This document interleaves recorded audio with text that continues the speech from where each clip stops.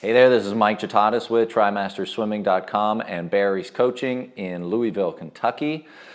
And does your breathing technique dictate your swimming speed, or vice versa? Is your swim speed affected by your breathing technique, meaning bilateral breathing versus unilateral or one-sided breathing?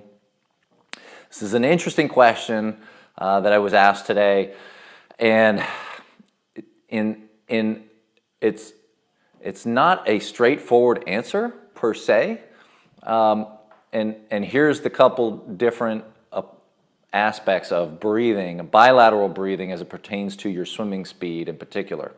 So the first is open water swimming, is the open water application of bilateral breathing.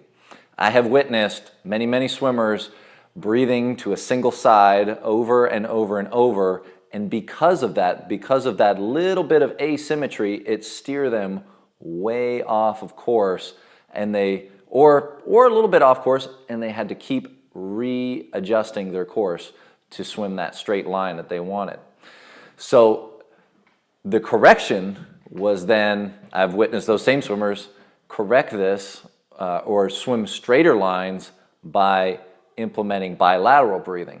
So, if they had an imbalance on when they breathed this way, if they balanced it out to the other way, it would kind of counterbalance it, and they'd end up swimming a straight line. So the speed correlation there is swimming zigzags all over the course, which adds more distance, which would add time, which would make your swim time slower.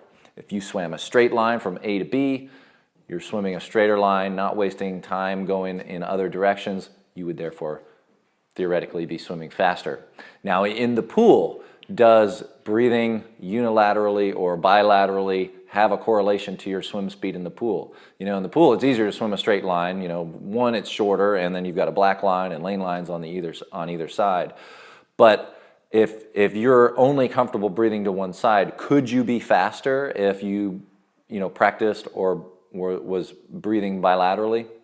Well, I think the better answer to this is really just everybody should practice bilateral breathing. One, for symmetry and balance in your swim stroke.